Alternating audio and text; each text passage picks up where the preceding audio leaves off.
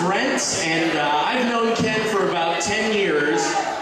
And on behalf of Kenn and Crystal, we're so happy everybody could be here tonight to celebrate Kenn's 50th birthday.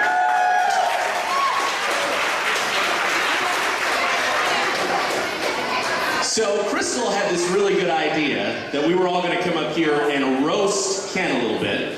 Kenn is a big fan of the Comedy Central roasts. So we've got some of his co-workers up here, and after that we'll open it up for the open mic if anybody wants to come up and wish Kenn a very happy birthday. But before I bring these guys up, I just gotta say, Kenn, 50 years old, that's a big deal.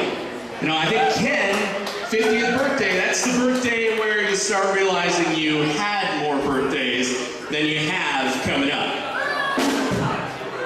Thank you. You know what though, seriously, I wouldn't put it past Kenn to live to 100. Kenn, let's just think about it. In the last few years, Kenn has almost died, right? He ran himself over with his motorcycle, right? And, you know, now whenever I see Crystal come up on the caller ID, I just pick it up and say, okay, what hospital is he at? Because that's just how it goes these days. There we go. You know, some people think it's weird that Kenn and I are friends. You know, I mean, we're both dads. Oh wait, no. People think it's weird because Kenn's old enough to be my dad. There we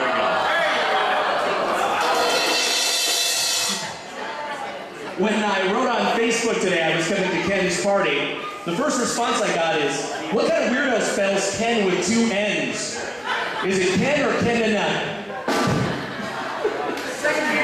And the second response I got was, Kenn doesn't look 50. I mean, Kenn does not look 50. He looks younger than that.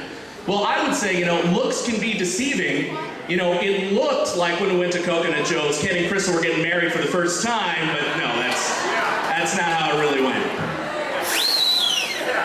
You know what, though? Kenn is a very lucky guy. That's one thing Kenn's got going for him. He's very lucky. He's got a great wife. Ken's got an adorable kid. You know, Kenn is so lucky he goes on The Price is Right, and Bob Barker awards him a sauna when he lives in a place that's pretty much a sauna. He just needs to keep up that luck. Although now that he's 50, getting lucky is just going to mean not having to get up to go pee 3 times a night. All right. I think some of these guys are going to do better than me. So before I bring them up, I just want to say, Kenn, you're one of my really good friends. You know, when I got married, Kenn was sick to his stomach, but he was not going to miss my big day. And Kenn has been a boss, a co-worker, and a very good friend. So it's been a great 10 years knowing you. Happy 50th birthday, man. I love you. Let's bring up Mike Bell and hope he can do better than I can.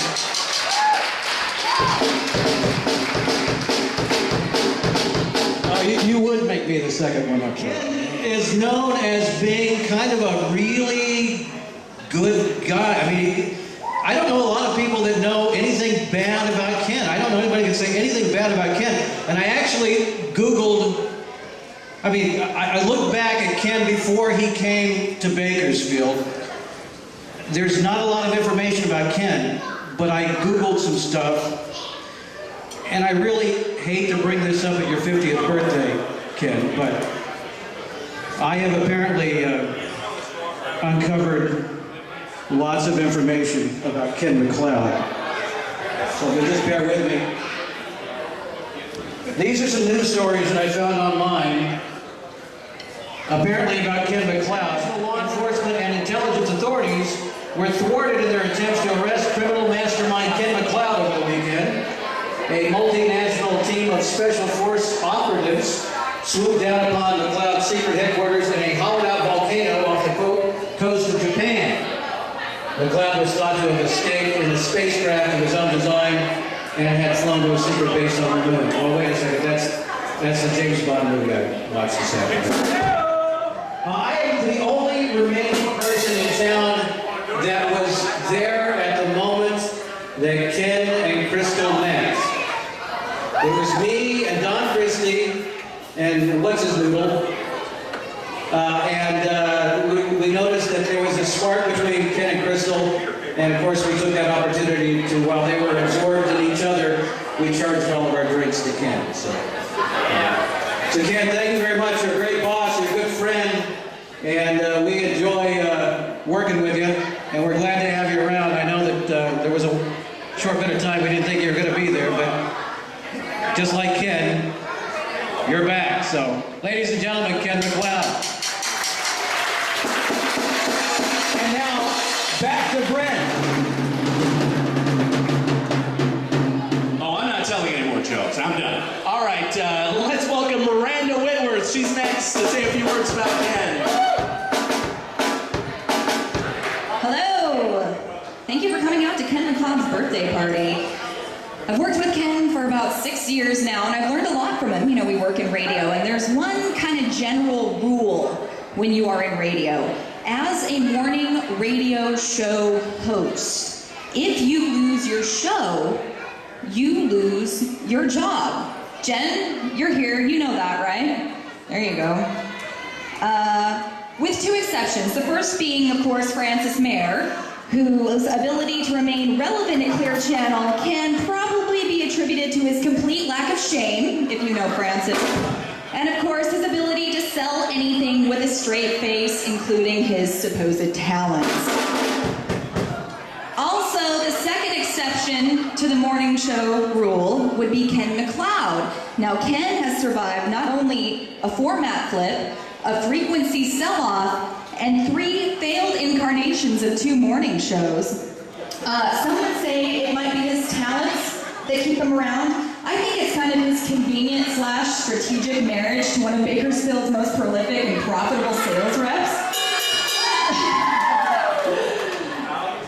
Ken's been around a long time, and you know what? Long after the atomic bomb has been detonated, Ken is going to be sitting high atop the Clear Channel towers, spinning Alabama and deep cuts of Sunday Drive with his 3 arms, while Crystal sells spot blocks all around it. Ken, I've worked with you a long time. I've learned a lot from you in radio. I started here in Bakersfield, here in radio. You, my friend, are the radio nomad. You've worked in more markets than I have years alive. And I want to thank you for all of the insight and all of the love you've given me and everyone at Clear Channel Radio. Ken, kisses! Happy birthday!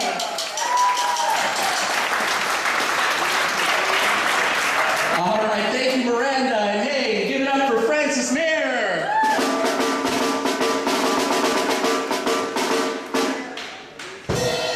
Howdy, everybody. I was going to follow Belle's advice and picture all of you naked, but I started feeling like Michael Jackson. A lot of kids out there tonight. That's good because I have juvenile humor. We're going to do a benefit for Ken. I don't know if you knew this, but he got really sick. Did you guys hear that? Yeah, he got sick. And Ken's really involved with the Relay for Life. He's part of the reason that it's the nation's biggest Relay for Life. So how about a round of applause for Bakersfield? All right. Well, we ran into some problems in the name of it because it was hard to fit Relay to cure Ken's numerous and simultaneous life-threatening conditions on a banner. And our boss said the Ken is almost done run was tasteless. So we skipped it. Speaking of which, Ken got this crazy rare infection which you can only get by eating raw or uncooked meat, handling dirty cat litter, or scratching your junk excessively. Wait a second. Ken's got high cholesterol and doesn't eat red meat. And isn't Jinx a dog? That's right there. Okay, back to the good stuff about Ken. He's a real sport, man. He's a sucker for a good cause. He once locked himself in a bell tower on the Iowa State campus. Is it too hot? Is it hot? Okay. I want everybody to hear me because this is genius shit. Whoops, there's kids in here. Sorry. Ken hates it when I curse too. Here's another one. Steve Bartman. What are the Cubs' playoff chances? Speaking of the Cubs, did you guys know he's a huge Cubs fan?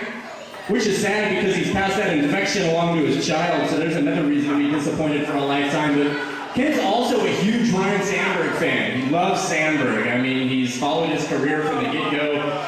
He's traveled around the country to watch him play. He even named his son after Ryan Sandberg. So I started working the phones. Do you have the tape there? And I actually called Ryan Sandberg, and the tape's not ready. Oh, what? Hold on, I'm sorry. Okay, yeah, Ryan Sandberg didn't didn't record anything for Ken's party. He's busy filing a restraining order against a creepy old white guy that's chased him all around the country and stalked him. True story. So like I was saying before, he once locked himself in a bell tower on the Iowa State campus because they were going to close it down. And it's a big tradition on the Iowa State campus. And Kenn locked himself in there for a week until they raised enough money to keep it open. So big cheers for Kenn on that one. It's huge. And you know, just recently he did the same thing again. He locked himself in various area hospitals in an effort to get Randy Owens to play a gig at the Crystal Palace. And then sure enough, there was Randy Owens singing his ass off at the Crystal Palace. Big round of applause for Kenn. He never gives up. It was loud. All right, is there anybody who wants to come up and say anything to Kenn on the open mic? Anybody want to wish Kenn a very happy birthday? Come on! Anybody can stop by? All right, here we go.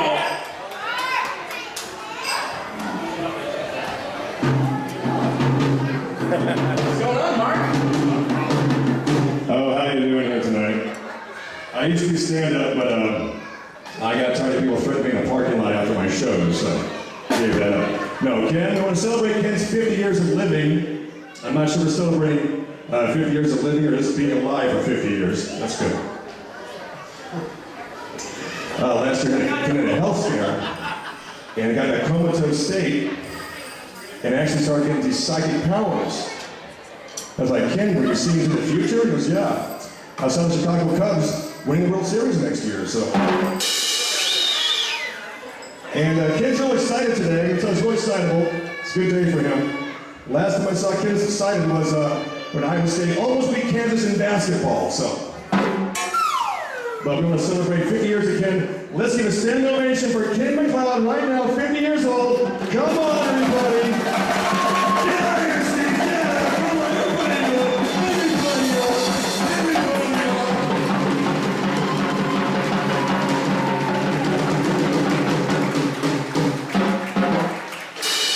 And with that, Mental Brew's going to kick in the jams like you're real soon. There's going to be a mosh pit right down front by the margarita machine, so help yourself to that. Thank you for coming out tonight, to the bartenders and waitresses. On Mark my 10th, I'm never doing this again until Kenn dies. I'll be here to speak all for the same thing. Thank you.